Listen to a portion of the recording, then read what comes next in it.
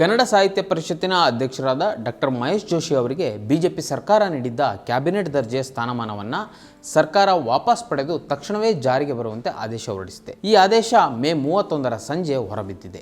ಮಹೇಶ್ ಜೋಶಿ ಅವರು ಅಧ್ಯಕ್ಷರಾಗಿ ಆಯ್ಕೆಯಾದ ನಂತರ 2022ರಲ್ಲಿ ಬೊಮ್ಮಾಯಿ ಸರ್ಕಾರ ಮೊದಲ ಬಾರಿಗೆ ಸಂಪುಟ ದರ್ಜೆ ಸ್ಥಾನಮಾನ ನೀಡಿತ್ತು.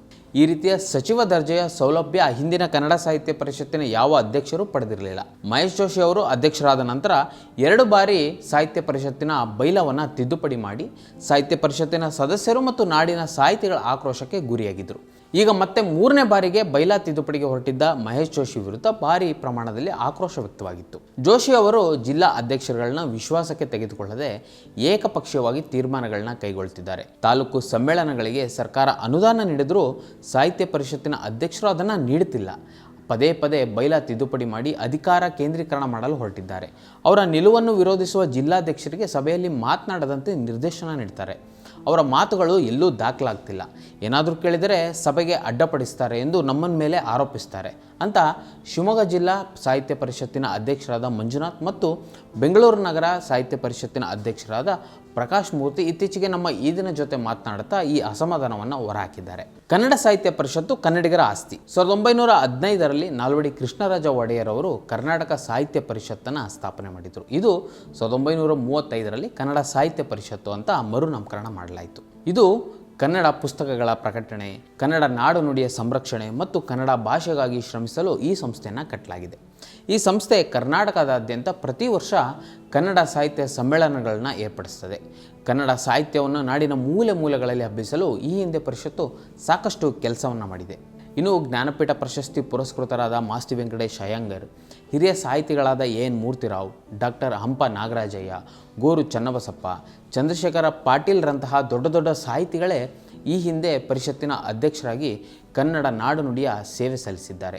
ಇವರ್ಯಾರೂ ಬಯಸಿದ ಕ್ಯಾಬಿನೆಟ್ ದರ್ಜೆ ಸ್ಥಾನಮಾನವನ್ನು ಮಹೇಶ್ ಜೋಶಿ ಅವರು ಬಯಸಿದರು. ಅದೇ ರೀತಿಯಲ್ಲಿ ಬಿಜೆಪಿ ಸರ್ಕಾರ ಅಧಿಕಾರದಲ್ಲಿದ್ದಾಗ ಅವರಿಗೆ ಕ್ಯಾಬಿನೆಟ್ ದರ್ಜೆಯ ಸ್ಥಾನಮಾನವನ್ನು ನೀಡಿದರು. ಮಂಡ್ಯದಲ್ಲಿ ಕಳೆದ ಡಿಸೆಂಬರ್ನಲ್ಲಿ ನಡೆದ ಅಖಿಲ ಭಾರತ ಕನ್ನಡ ಸಾಹಿತ್ಯ ಸಮ್ಮೇಳನದ ನಂತರ ಮಹೇಶ್ ಜೋಶಿ ಅವರ ವಿರುದ್ಧ ಗಂಭೀರ ಆರೋಪ ಕೇಳಿಬಂದಿತ್ತು. ಮಂಡ್ಯ ಸಾಹಿತ್ಯ ಸಮ್ಮೇಳನದಲ್ಲಿ ಖರ್ಚು ವೆಚ್ಚದ ವಿಚಾರದಲ್ಲೂ ಜೋಶಿ ಅವರು ಪಾರದರ್ಶಕವಾಗಿ ನಡೆದುಕೊಂಡಿಲ್ಲ ಎಂದು ಮಂಡ್ಯದ ಸಮಾನ ಮನಸ್ಕರು ಅಸಮಾಧಾನವನ್ನು ಹೊರಹಾಕಿದರು. ಸಾಹಿತ್ಯ ಸಮ್ಮೇಳನ ನಡೆದ ನಂತರ ಮಂಡ್ಯಕ್ಕೆ ಜೋಶಿ ಅವರು ಕಾಲಿಟ್ಟೇ ಇಲ್ಲ.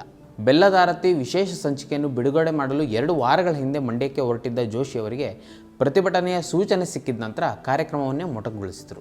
ಬೆಂಗಳೂರಿನಲ್ಲಿ ಸಭೆ ಸೇರಿದ್ದ ಸಮಾನ ಮನಸ್ಕರು ಕನ್ನಡ ಸಾಹಿತ್ಯ ಪರಿಷತ್ತನ್ನು ಉಳಿಸಿ ಅಭಿಯಾನ ನಡೆಸುವ ತೀರ್ಮಾನ ತೆಗೆದುಕೊಂಡಿದ್ದರು. ನಂತರ ಮುಖ್ಯಮಂತ್ರಿ ಸಿದ್ದರಾಮಯ್ಯ ಅವರನ್ನು ಭೇಟಿಯಾದ ಹಿರಿಯ ಸಾಹಿತಿ ಡಾಕ್ಟರ್ ಹಂಪ ನಾಗರಾಜಯ್ಯ ಅವರಿದ್ದ ನಿಯೋಗ ಕಸಾಪ ಅಧ್ಯಕ್ಷರನ್ನು ಕೆಳಗಿಳಿಸಿ, ಅಂದರೆ ಕನ್ನಡ ಸಾಹಿತ್ಯ ಪರಿಷತ್ತಿನ ಅಧ್ಯಕ್ಷರನ್ನು ಕೆಳಗಿಳಿಸಿ ಸಾಹಿತ್ಯ ಪರಿಷತ್ತಿಗೆ ಆಡಳಿತಾಧಿಕಾರಿ ನೇಮಕ ಮಾಡಬೇಕು ಎಂದು ಮನವಿ ಮಾಡಿದರು. ಅಷ್ಟೇ ಅಲ್ಲ, ಬಿಜೆಪಿ ನೀಡಿದ್ದ ಸಂಪುಟ ದರ್ಜೆಯ ಸವಲತ್ತನ್ನು ವಾಪಸ್ ಪಡಿಬೇಕು ಅಂತ ಕೋರಿದರು.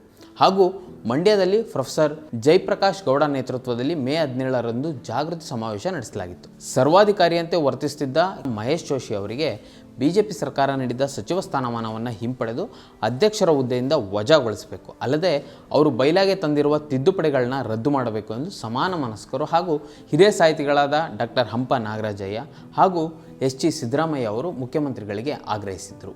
ಈ ಮಧ್ಯೆ ಕೋರ್ಟ್ ಮೆಟ್ಟಿಲೇರಿದ್ದ ಜೋಶಿ ಅವರು ತಮ್ಮ ಜೀವಕ್ಕೆ ಅಪಾಯವಿದೆ, ಪೊಲೀಸರ ಭದ್ರತೆ ವಹಿಸಬೇಕು ಎಂದು ಮನವಿ ಮಾಡಿದರು. ಮಹೇಶ್ ಜೋಶಿ ಅವರಿಗೆ ಸೂಕ್ತ ಭದ್ರತೆ ಕೊಡುವಂತೆ ಹೈಕೋರ್ಟ್ ಸರ್ಕಾರಕ್ಕೆ ಸೂಚನೆ ನೀಡಿತ್ತು. ಇದೀಗ ಸರ್ಕಾರ ಸಂಪುಟ ದರ್ಜೆಯ ಸ್ಥಾನಮಾನವನ್ನು ವಾಪಸ್ ಪಡೆದಿದೆ. ಮತ್ತಷ್ಟು ವಿಶೇಷ ವಿಡಿಯೋಗಳನ್ನು ನೋಡಲು ಮತ್ತು ಹೊಸ ವಿಡಿಯೋಗಳ ಬಗ್ಗೆ ತಿಳಿಯಲು ಈ ದಿನ .com ಯೂಟ್ಯೂಬ್ ಚಾನೆಲ್ ಸಬ್ಸ್ಕ್ರೈಬ್ ಮಾಡಿ ಮತ್ತು ಬೆಲ್ ಐಕಾನ್ ಕ್ಲಿಕ್ ಮಾಡಿ.